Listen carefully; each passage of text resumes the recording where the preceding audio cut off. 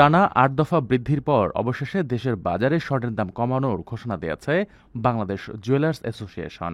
প্রতি ভরিতে ১,৪৭০ টাকা কমিয়ে ২২ ক্যারেটের স্বর্ণের নতুন দাম নির্ধারণ করা হয়েছে ১,৮৮,১৫২ টাকা। এই নতুন দর বৃহস্পতিবার থেকে সারা দেশে কার্যকর হবে। বুধবার রাতে এক সংবাদ বিজ্ঞপ্তিতে বাজস জানায়, স্থানীয় বাজারে তেজাবি বা খাঁটি স্বর্ণের দাম কমার কারণে সার্বিক পরিস্থিতি বিবেচনা করে এই সিদ্ধান্ত নেওয়া হয়েছে। নতুন নির্ধারিত মূল্য অনুযায়ী ২১ ক্যারেটের ভরি প্রতি স্বর্ণের দাম পড়বে ১,৭৯,৬০২ টাকা এবং ১৮ ক্যারেটের ভরি ১,৫৩,৯৪১ টাকা। এছাড়া সনাতন পদ্ধতি স্বর্ণের দাম নির্ধারণ করা হয়েছে ১,২৭,৬৭৪ টাকা। এর আগে গত ১৬ সেপ্টেম্বর স্বর্ণের দাম বাড়িয়ে ইতিহাসের সর্বোচ্চ পর্যায়ে নিয়ে যাওয়া হয়েছিল।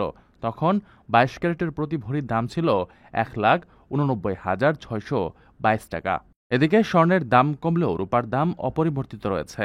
২২ ক্যারেটের প্রতি ভরি রূপা ৩,৪৭৬ টাকায় বিক্রি হচ্ছে।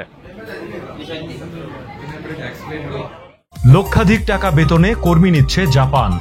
যেতে আগ্রহীরা যোগাযোগ করুন স্ক্রিনে দেয়া নাম্বারে।